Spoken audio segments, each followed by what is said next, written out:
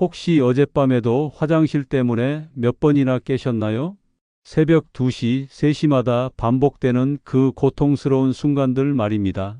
아침에 일어나면 머리는 무겁고 온몸은 찌뿌둥하고 하루 종일 피로에 시달리시죠.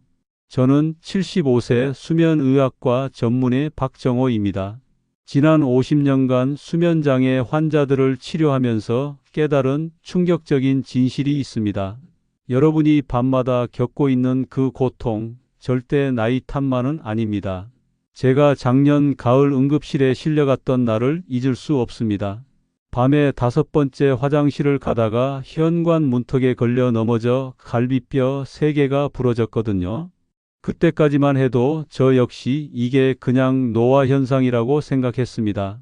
하지만 6개월간의 정밀 검사 결과 놀라운 사실을 발견했습니다. 바로 수면무호흡증이었습니다. 코를 골면서 숨이 막히는 순간마다 뇌가 깨어나고 그때마다 심장에서 특별한 호르몬을 분비해서 소변을 만들어내고 있었던 겁니다.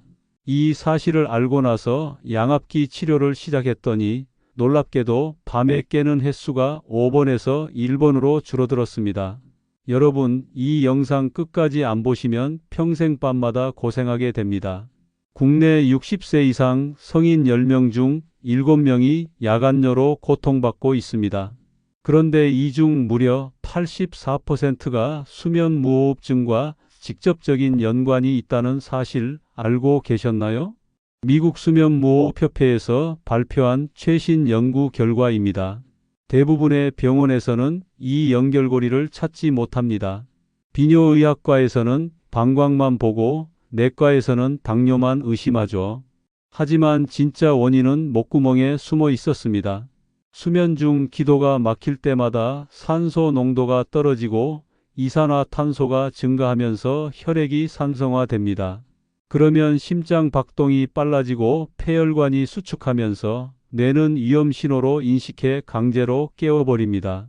이때 심장에 과부하가 걸리면서 나트륨과 물을 제거하라는 신호를 보내는 특별한 단백질을 분비하게 됩니다. 바로 이것이 야간뇨의 진짜 원인이었던 겁니다. 그래서 오늘 이 영상을 준비했습니다. 앞으로 제가 알려드릴 9가지 핵심 내용만 제대로 실천하시면 여러분도 반드시 달라질 수 있습니다.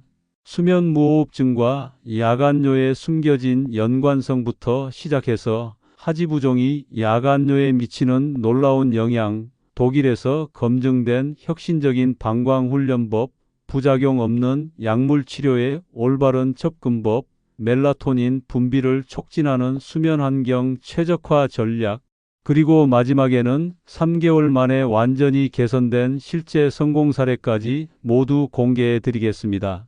특히 병원에서도 잘 알려주지 않는 압박 스타킹 활용법과 자가도뇨 훈련법은 정말 놀라운 효과를 보실 겁니다. 가짜 정보라고 의심하시는 분들 곧 후회하게 될 겁니다. 제가 직접 경험하고 수천 명의 환자를 통해 검증된 방법들이거든요. 양압기 치료만으로도 85%의 환자가 야간뇨 개선 효과를 봤다는 연구 결과도 있습니다. 하지만 수면무호흡증만이 전부는 아닙니다. 하지부종, 항이뇨 호르몬 부족, 방광근육 약화 등 복합적인 원인들이 얽혀있기 때문에 종합적인 접근이 필요합니다. 오늘 알려드릴 방법들은 모두 과학적 근거가 확실한 것들입니다. 그럼 지금 바로 구독 버튼과 좋아요 눌러주시고 알림 설정까지 해주세요. 오늘 이 영상이 여러분의 인생을 바꾸는 전환점이 될 테니까요. 밤마다 깨는 고통에서 해방되어 아침에 개운하게 일어나는 그날이 생각보다 가까이 있습니다. 여러분은 아직도 야간뇨가 단순히 방광 문제라고 생각하고 계신가요? 그렇다면 정말 큰 착각입니다. 야간뇨는 마치 빙산과 같습니다. 물 위에 보이는 작은 부분만 보고 전체를 판단하면 안 되거든요. 제가 지난 40년간 환자들을 치료하면서 발견한 가장 무서운 진실을 말씀드리겠습니다. 야간뇨를 그냥 참고 넘기는 순간 여러분의 뇌가 서서히 망가지기 시작합니다. 밤에 깊은 잠을 못 자면 뇌에서 독소를 제거하는 글림파틱 시스템이 제대로 작동하지 않습니다. 이 시스템은 오직 깊은 수면 상태에서만 활성화되는데 야간료로 자꾸 깨면 알츠하이머를 일으키는 베타 아밀로이드 단백질이 뇌에 계속 쌓이게 됩니다. 실제로 야간뇨 환자들의 치매 발병률이 일반인보다 3배나 높다는 연구 결과가 있습니다. 하지만 이건 시작에 불과합니다. 야간뇨가 여러분의 심장을 공격하고 있다는 사실 알고 계셨나요? 밤에 자꾸 깨서 화장실을 가면 혈압이 급격히 올라갑니다. 잠들어 있던 심장이 갑자기 활동 모드로 바뀌면서 혈관에 엄청난 압력이 가해지는 거죠. 이런 일이 매일 밤 반복되면 심근경색이나 뇌졸중 위험이 급격히 증가합니다. 특히 새벽 3시에서 6시 사이는 혈압이 가장 불안정한 시간대입니다. 이때 화장실을 가려고 갑자기 일어나면 혈압이 순간적으로 200mmHg까지 치솟을 수 있습니다. 그래서 야간뇨 환자들 중에 새벽에 응급실로 실려오는 분들이 그렇게 많은 거였습니다.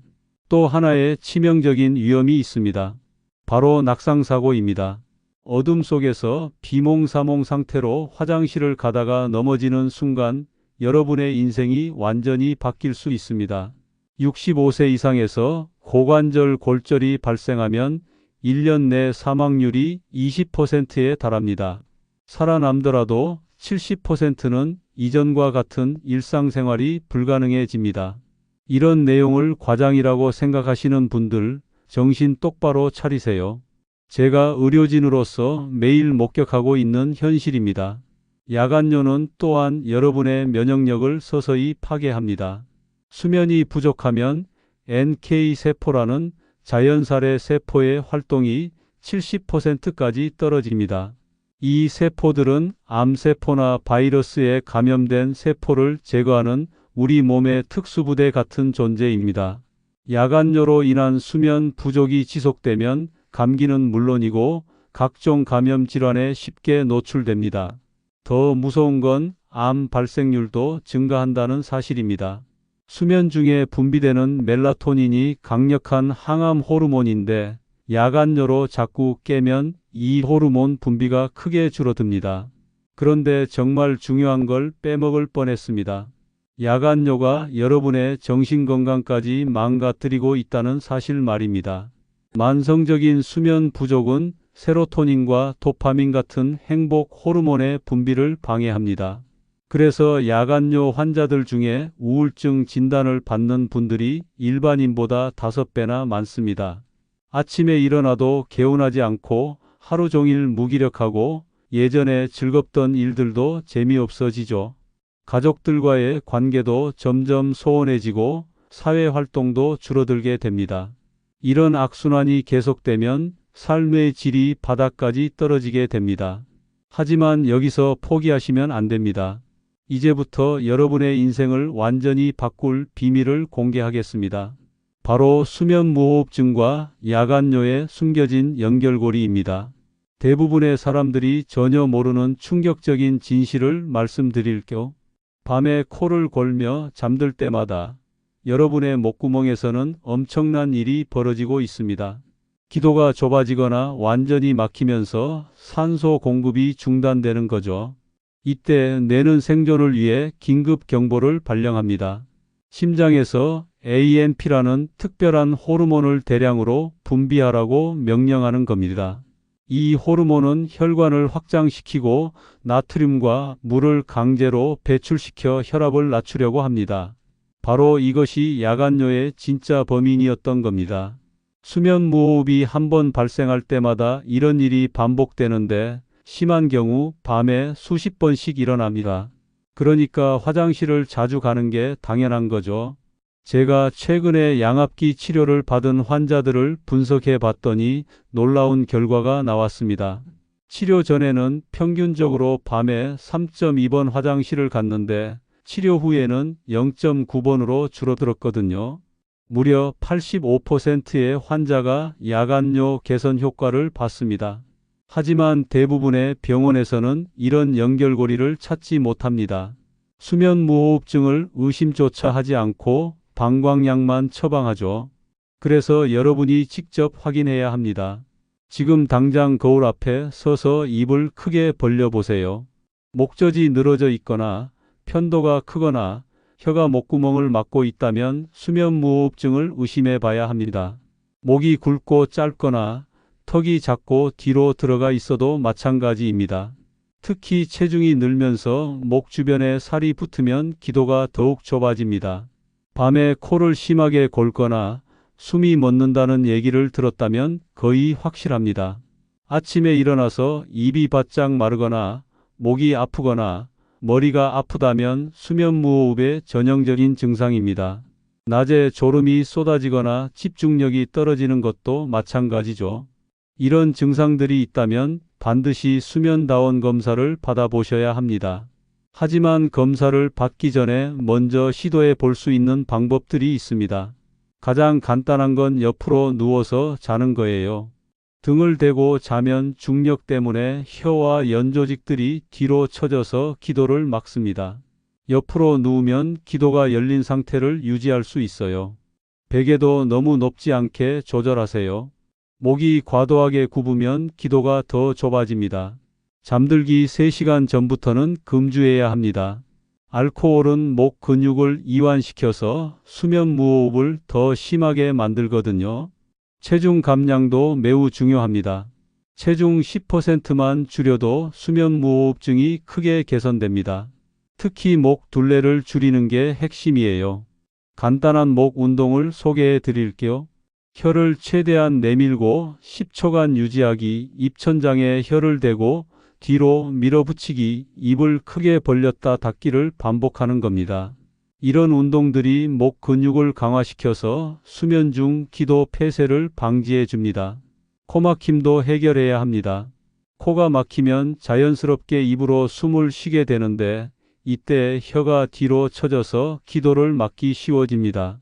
식염수로 코 세척을 하거나 가습기를 사용해서 코 점막을 촉촉하게 유지하세요. 하지만 이런 방법들로도 개선되지 않는다면 전문 치료가 필요합니다. 지금 그만 보시면 가장 효과적인 치료법을 놓치게 됩니다. 양압기 치료가 바로 그것인데 이건 수면 중에 지속적으로 공기 압력을 가해서 기도가 막히지 않도록 하는 장치입니다.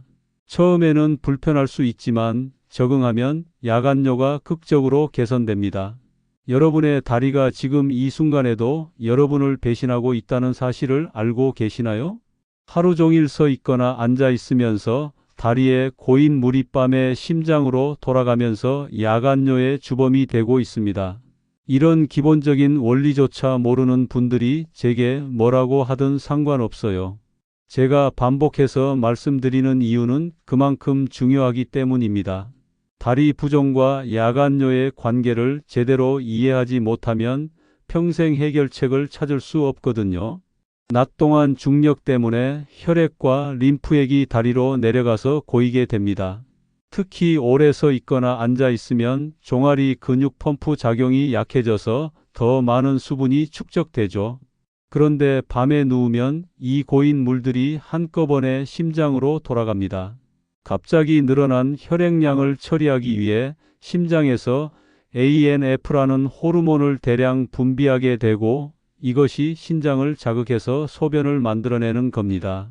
이게 바로 하지부종성 야간뇨의 정체입니다. 여러분이 지금 당장 확인해 볼 수 있는 간단한 방법이 있어요. 발목 위쪽을 손가락으로 10초간 눌러보세요. 손가락을 뗐을 때 움푹 들어간 자국이 남으면 부종이 있다는 뜻입니다.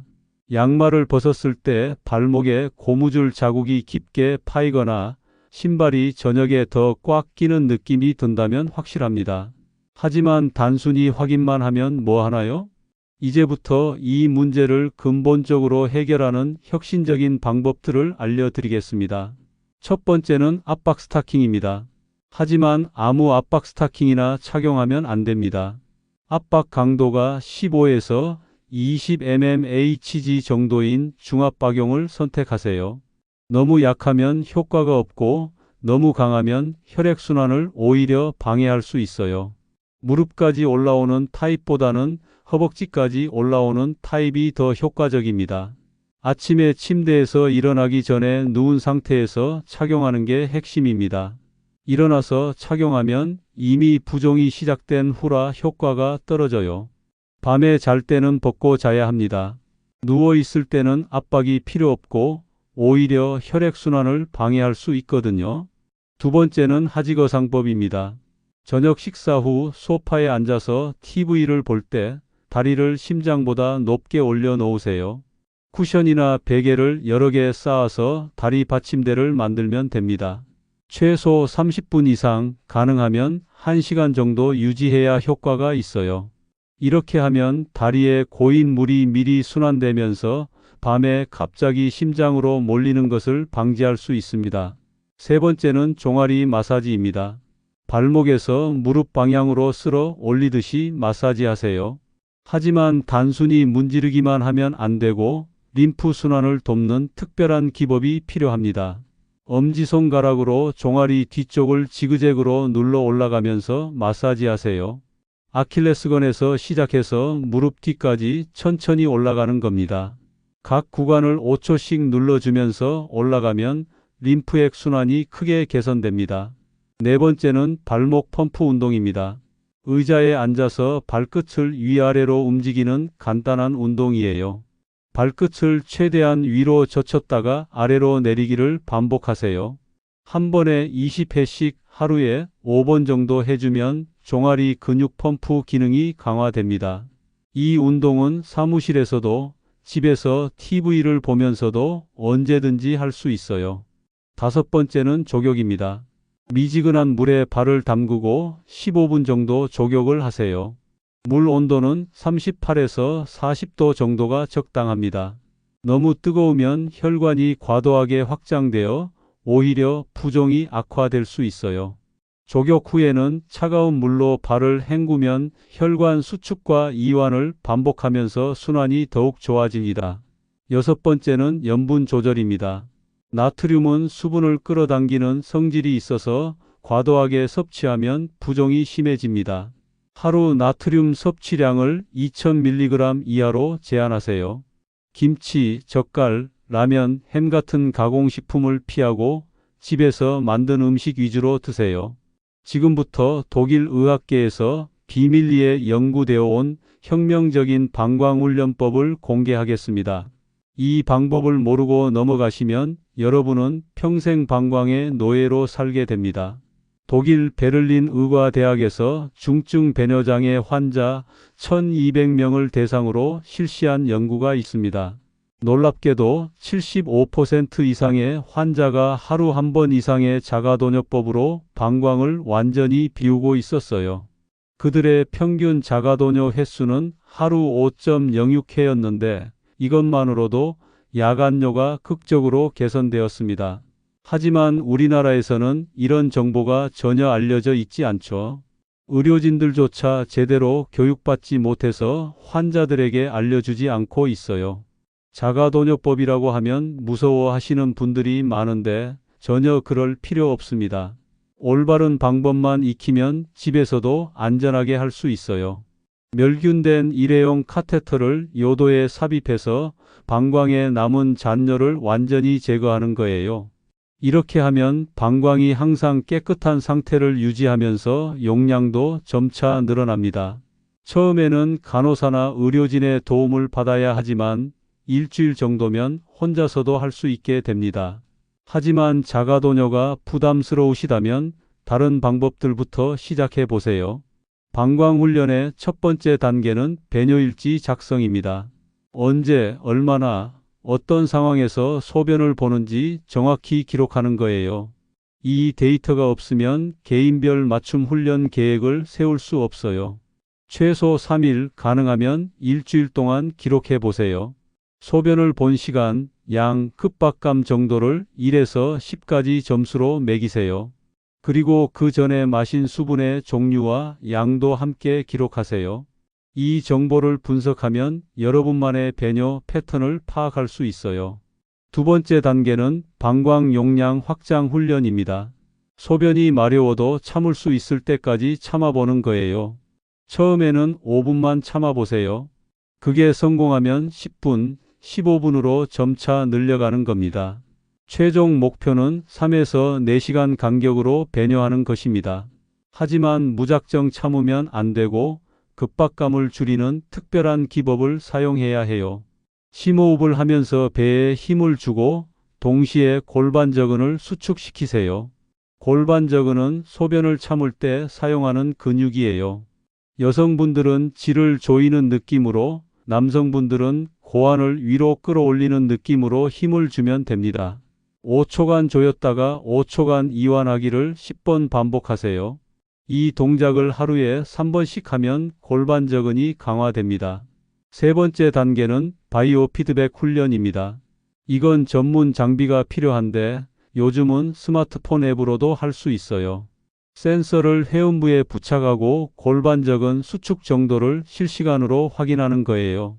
올바르게 운동하고 있는지 객관적으로 확인할 수 있어서 효과가 훨씬 좋습니다. 네 번째 단계는 전기자극 치료입니다. 약한 전기 신호로 골반저근을 자극해서 강화시키는 방법이에요. 집에서 사용할 수 있는 소형 장비들도 나와 있어요. 하루 20분씩 주 3회 정도 하면 근력이 크게 향상됩니다. 다섯 번째 단계는 약물 보조 치료입니다. 방광 근육의 과민 반응을 억제하는 항무스카린제나 베타3 작용제를 사용할 수 있어요. 하지만 이런 약물들은 반드시 전문의와 상담 후에 복용해야 합니다. 부작용으로 입마름이나 변비가 생길 수 있거든요. 특히 고령자분들은 인지 기능에도 영향을 줄 수 있어서 더욱 주의해야 해요. 요즘은 부작용이 적은 새로운 약물들도 개발되고 있어요. 미라베그론이라는 성분의 약물은 항무스카린제보다 부작용이 훨씬 적으면서도 효과는 비슷합니다. 항이뇨 호르몬제인 데스모프레신도 야간뇨에 매우 효과적이에요. 하지만 나트륨 수치를 주기적으로 검사해야 하고 65세 이상에서는 용량 조절이 필요합니다. 여기서 핵심은 단계별로 접근하는 것입니다. 갑자기 모든 걸 다 하려고 하면 오히려 실패할 확률이 높아요. 먼저 배뇨일지부터 시작해서 골반저근 운동, 방광훈련 순서로 진행하세요. 각 단계를 최소 2주씩은 꾸준히 해봐야 효과를 판단할 수 있어요. 약물 치료가 무조건 나쁘다고 생각하시는 분들, 그 편견부터 버리세요. 올바른 약물 선택과 맞춤형 처방이야말로 야간뇨 완치의 핵심 열쇠입니다.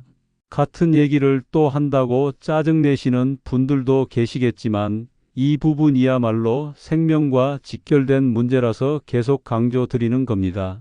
서울 은평구에 사는 78세 김영철 할아버지는 3년간 야간뇨로 고생하다가 올바른 약물 치료로 완전히 회복하셨어요.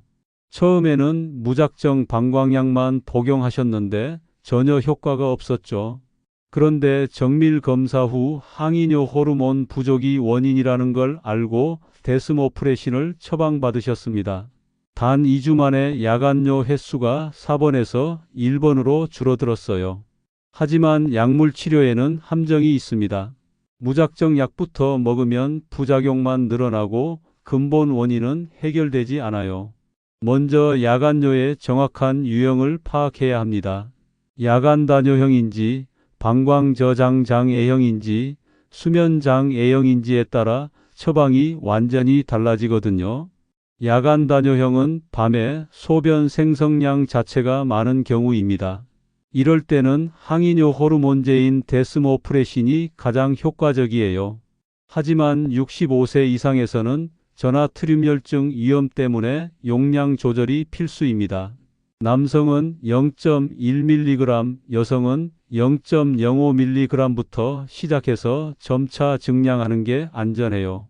복용 후 나트륨 수치를 정기적으로 검사해야 하고 만약 나트륨이 130mEqL 이하로 떨어지면 즉시 중단해야 합니다. 방광저장장애형은 방광 용량이 줄어들거나 과민해진 경우입니다. 항무스카린제가 1차 선택 약물이에요. 톨테로딘, 소리페나신, 이미다페나신 등이 대표적입니다. 하지만 이 약들은 입마름, 변비, 시야 흐림 같은 부작용이 있어요. 특히 치매 위험이 있는 고령자에게는 신중하게 사용해야 합니다. 요즘은 부작용이 적은 베타3 작용제인 미라베그론이 많이 사용됩니다. 이 약은 방광 근육을 이완시켜서 용량을 늘려주는데 항무스카린제보다 부작용이 훨씬 적어요. 하지만 고혈압이 있는 분들은 혈압 상승에 주의해야 합니다. 수면장애형은 수면 자체에 문제가 있어서 자주 깨는 경우예요. 이럴 때는 수면제보다는 멜라토닌이나 천연 수면 보조제를 사용하는 게 좋습니다. 멜라토닌은 1mg에서 3mg 정도로 저용량부터 시작하세요. 너무 많이 먹으면 오히려 수면 리듬이 깨질 수 있어요. 마그네슘도 훌륭한 천연 수면 보조제입니다. 하루 300mg에서 400mg 정도 복용하면 근육 이완과 신경 안정에 도움이 됩니다. 하지만 신장 기능이 떨어진 분들은 마그네슘 축적 위험이 있으니 주의하세요. 태아닌도 효과적입니다. 녹차에서 추출한 성분인데 스트레스를 줄이고 수면의 질을 개선해 줍니다. 하루 100mg에서 200mg 정도가 적당해요. 카페인과 함께 복용하면 효과가 상쇄되니까 저녁에만 드세요.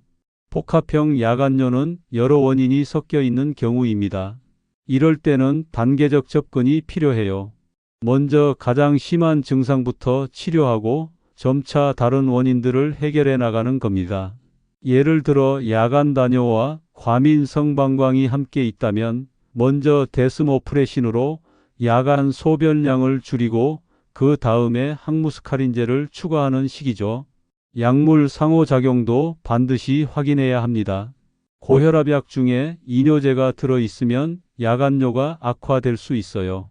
특히 히드로클로로티아지드 같은 이뇨제는 저녁에 복용하면 안 됩니다. 아침에 복용하거나 가능하면 다른 계열의 혈압약으로 바꾸는 게 좋아요. 당뇨 병약도 주의해야 합니다. SGLT 억제제는 포도당과 함께 나트륨도 배출시켜서 야간뇨를 악화시킬 수 있어요. 여러분의 침실이 지금 이 순간에도 여러분의 야간뇨를 악화시키고 있다는 충격적인 사실을 알려드리겠습니다. 대부분의 사람들이 전혀 모르는 수면 환경의 비밀입니다.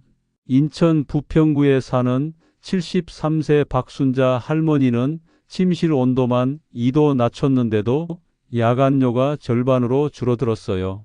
온도가 너무 높으면 체온 조절을 위해 혈관이 확장되고 이때 혈액량이 증가해서 신장에서 더 많은 소변을 만들어내거든요. 이런 말도 안 되는 소리 한다고 생각하시는 분들, 과학적 근거를 제시해 드릴게요. 침실 온도가 24도 이상일 때와 18도에서 20도일 때의 야간 소변량을 비교한 연구가 있습니다. 고온에서는 평균 야간 소변량이 650ml였는데 적정 온도에서는 420ml로 줄어들었어요. 무려 35%나 차이가 났습니다. 하지만 온도만 조절하면 끝이 아닙니다. 습도도 마찬가지로 중요해요. 너무 건조하면 호흡을 통한 수분 손실이 늘어나서 몸이 수분을 보충하려고 더 많이 마시게 됩니다. 반대로 너무 습하면 땀이 잘 증발하지 않아서 체온 조절이 어려워져요. 적정 습도는 40%에서 60% 사이입니다. 가습기나 제습기를 사용해서 일정하게 유지하세요. 조명도 야간뇨에 엄청난 영향을 미칩니다. 블루라이트는 멜라토닌 분비를 억제하는 가장 강력한 방해 요소예요. 멜라토닌이 부족하면 항이뇨 호르몬 분비도 함께 줄어들어서 야간 소변량이 늘어납니다. 저녁 9시 이후에는 모든 전자기기를 끄고 간접 조명만 사용하세요. 특히 스마트폰, 태블릿, TV는 절대 금물입니다. 침실에서는 빨간색이나 주황색 계열의 조명을 사용하는 게 좋아요. 이런 색상의 빛은 멜라토닌 분비에 거의 영향을 주지 않거든요. 침대와 베개도 수면의 질에 직접적인 영향을 줍니다. 너무 푹신한 매트리스는 척추 정렬을 방해해서 수면 중 각성을 증가시켜요. 적당히 단단한 매트리스가 깊은 잠을 유도합니다. 베개 높이도 중요합니다. 너무 높으면 기도가 굽어져서 수면 무호흡을 악화시키고 너무 낮으면 목이 꺾여서 불편해요. 목의 자연스러운 곡선을 유지할 수 있는 높이로 조절하세요. 옆으로 누웠을 때 코, 목, 척추가 일직선이 되는 게 이상적입니다. 소음도 수면의 질을 크게 좌우합니다. 40데시벨 이상의 소음은 수면을 방해해서 자주 깨게 만듭니다. 에어컨 소음, 시계 소리, 바깥 차량 소음 등을 최대한 차단하세요. 귀마개를 사용하거나 화이트 노이즈 머신을 활용하는 것도 좋은 방법입니다. 공기질도 놓치기 쉬운 중요한 요소예요. 이산화탄소 농도가 높으면 수면의 질이 떨어져서 자주 깨게 됩니다. 잠들기 전에 창문을 열어서 환기를 시키고 가능하면 공기청정기를 사용하세요. 특히 미세먼지가 심한 날에는 헤파 필터가 있는 공기청정기가 필수입니다. 침구 소재도 수면에 영향을 줍니다. 폴리에스터 같은 합성 섬유는 통기성이 나빠서 체온 조절을 방해해요. 면이나 대나무 섬유 같은 천연 소재가 훨씬 좋습니다. 특히 대나무 섬유는 항균 효과도 있고 수분 흡수력도 뛰어나요. 색상 심리학도 활용해 볼 수 있습니다. 파란색이나 초록색 계열은 심리적 안정감을 주어서 깊은 잠을 유도합니다. 반대로 빨간색이나 노란색 같은 자극적인 색상은 각성을 유발하니까 피하세요. 침실 벽지나 커튼을 차분한 색상으로 바꾸는 것만으로도 수면의 질이 개선될 수 있어요. 향기도 수면에 도움이 됩니다. 라벤더 오일은 과학적으로 입증된 천연 수면 유도제예요. 베개에 한두 방울 떨어뜨리거나 디퓨저를 사용해 보세요. 캐모마일이나 베르가못도 비슷한 효과가 있습니다. 실제 성공 사례를 통해 보는 완전한 야간요 극복기를 들려드리겠습니다. 이런 사례들을 또 들려준다고 지겨워하시는 분들도 계시겠지만 실제 환자들의 생생한 경험이야말로 가장 확실한 희망의 증거이기 때문에 반복해서 말씀드리는 겁니다. 대구 달서구에 사는 82세 정수남 할아버지는 무려 5년간 밤에 6번씩 깨는 지옥 같은 생활을 하셨어요. 처음에는 단순히 나이 탓이라고 생각하셨죠. 하지만 수면다원 검사 결과 중증 수면 무호흡증이 발견되었습니다. 시간당 45번이나 숨이 멎는 상황이었어요. 양압기 치료를 시작한 지 단 3주 만에 야간요 횟수가 6번에서 2번으로 줄어들었습니다. 동시에 하지부종 관리를 위해 압박 스타킹을 착용하기 시작했어요. 아침에 일어나자마자 침대에서 바로 신고 저녁에 잘 때만 벗는 습관을 만드셨죠. 또한 저녁 6시 이후 수분 섭취를 철저히 제한했습니다. 국물 음식은 아예 끊고 과일도 낮 시간으로 옮겼어요. 3개월 후 놀라운 일이 벌어졌습니다. 야간요 횟수가 완전히 1번으로 줄어든 거예요. 5년 만에 처음으로 밤새 푹 잔 날 할아버지는 기쁨의 눈물을 흘리셨다고 하더라고요. 부산 해운대구에 사는 76세 최명숙 할머니의 사례도 인상적입니다. 할머니는 당뇨병과 고혈압까지 앓고 계셨어서 치료가 더욱 복잡했어요. 야간요뿐만 아니라 낮에도 화장실을 30분마다 가야 하는 심각한 상황이었습니다. 먼저 과민성 방광 치료를 위해 미라베그론을 처방받으셨어요. 동시에 방광훈련과 골반적은 운동을 병행했습니다. 매일 아침, 점심, 저녁으로 골반적은 운동을 10분씩 하셨어요. 처음에는 제대로 하는지 확신이 안 서서 바이오 피드백 치료도 받으셨습니다. 이뇨제 복용 시간도 아침으로 바꾸고 혈당 관리도 더욱 철저히 하셨어요. 6개월 후 할머니의 삶이 완전히 바뀌었습니다. 야간요는 물론이고 낮 시간 빈뇨까지 거의 정상 수준으로 회복되었어요. 이제는 영화관에도 가고 여행도 다닐 수 있게 되셨습니다. 광주 서구에 사는 79세 김동준 할아버지는 다른 접근법으로 성공하셨어요. 할아버지의 경우 항이뇨 호르몬 부족이 주된 원인이었습니다. 데스모프레신 0.1mg로 치료를 시작했는데 초기에는 효과가 미미했어요. 그런데 수면 환경을 완전히 바꾸면서 극적인 변화가 일어났습니다. 침실 온도를 24도에서 19도로 낮추고 습도를 50%로 유지했어요. 블루라이트 차단 안경을 착용하고 저녁 9시 이후에는 모든 전자기기를 끊었습니다.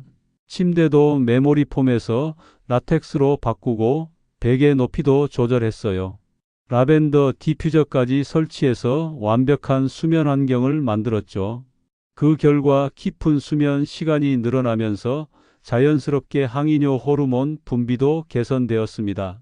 8주 만에 야간뇨가 4번에서 1번으로 줄어들었어요. 이 세 분의 공통점은 무엇일까요? 바로 복합적 접근법을 사용했다는 것입니다. 한 가지 방법에만 의존하지 않고 여러 방법을 동시에 적용했어요. 그리고 무엇보다 꾸준히 실천했다는 점이 중요합니다. 대부분의 사람들이 일주일 정도 해보고 효과가 없다며 포기하는데 실제로는 최소 4주에서 8주는 지켜봐야 해요. 성공 요인을 분석해보면 몇 가지 패턴이 보입니다. 첫째, 정확한 원인 파악이 선행되었다는 점입니다. 수면다원 검사, 방광기능 검사, 혈액 검사 등을 통해 개인별 맞춤 치료가 가능했어요. 둘째, 생활습관 교정을 우선시했다는 점입니다. 약물 치료도 중요하지만 근본적인 생활 패턴부터 바꾼 분들이 더 좋은 결과를 얻었어요. 여러분, 이제 마지막 순간입니다. 제가 75년 인생을 살면서 그리고 50년간 의사로 일하면서 깨달은 가장 소중한 진실을 말씀드리겠습니다. 나이가 들어간다고 해서 모든 걸 체념할 필요는 없다는 것입니다. 야간뇨도 마찬가지예요. 이런 근거 없는 희망 고문한다고 비웃으시는 분들, 제 말이 틀렸다는 걸 곧 깨닫게 될 겁니다. 실제로 저 자신도 양압기 치료와 생활습관 개선만으로 5년간 고생했던 야간뇨에서 완전히 해방되었거든요. 지금은 밤에 한 번도 깨지 않고 아침까지 푹 잡니다. 78세의 나이에도 새벽 5시면 자연스럽게 눈이 떠지고 하루 종일 활기차게 지낼 수 있어요. 여러분도 분명히 할 수 있습니다. 60대에는 수면무호흡증 관리와 하지부종 개선에 집중하세요. 이 시기에 적극적으로 관리하면 70대, 80대가 되어서도 건강한 수면을 유지할 수 있어요. 압박 스타킹 착용과 저녁 수분 제한만 제대로 해도 큰 변화를 경험하실 겁니다. 70대에는 방광훈련과 약물 치료를 병행하는 게 좋습니다. 골반적인 운동은 늦었다고 생각할 때가 가장 빠른 때예요. 지금 당장 시작하세요. 하루 30분씩만 투자하면 3개월 후 완전히 다른 삶을 살 수 있어요. 80대 이상에서는 안전이 최우선입니다. 낙상 방지를 위해 침실에서 화장실까지의 동선을 확보하고 야간 조명을 설치하세요. 무리한 운동보다는 적절한 약물 치료와 수면 환경 개선에 집중하는 게 현명합니다. 가족들이 할 수 있는 일들도 많습니다. 부모님의 수면 패턴을 관찰하고 필요하면 전문의 진료를 받도록 도와주세요. 침실 환경 개선이나 압박 스타킹 착용도 가족의 도움이 있으면 훨씬 쉬워집니다. 무엇보다 야간뇨를 단순히 나이 탓으로 치부하지 마세요. 분명히 해결할 수 있는 문제입니다. 혼자 고민하지 말고 전문의와 상담하세요. 수면다원 검사를 받아보고 본인에게 맞는 치료법을 찾아보세요. 제가 오늘 알려드린 9가지 방법 중에서 여러분 상황에 맞는 것부터 시작해 보세요. 모든 걸 한꺼번에 하려고 하지 말고 한 가지씩 차근차근 적용해 나가세요. 가장 중요한 건 포기하지 않는 것입니다. 첫 번째 방법이 효과가 없다고 해서 절망할 필요 없어요. 두 번째, 세 번째 방법이 여러분에게는 더 효과적일 수 있거든요. 개인차가 있다는 걸 인정하고 꾸준히 시도해 보세요. 그리고 작은 변화라도 있으면 기록해 두세요.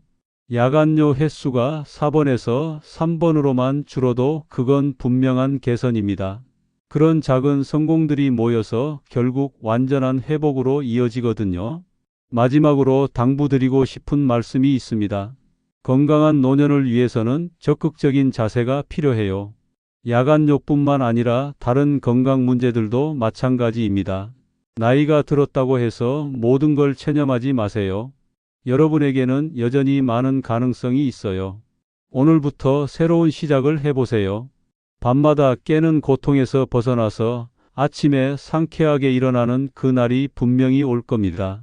그때까지 저도 여러분과 함께 하겠습니다. 건강한 정보로 계속 찾아뵐 테니까 구독 버튼과 좋아요 꼭 눌러주시고 알림 설정도 해주세요. 그리고 댓글로 여러분의 경험담이나 궁금한 점들을 남겨주세요. 가능한 한 모든 댓글에 답변 드리겠습니다. 여러분의 건강한 밤과 상쾌한 아침을 진심으로 응원합니다.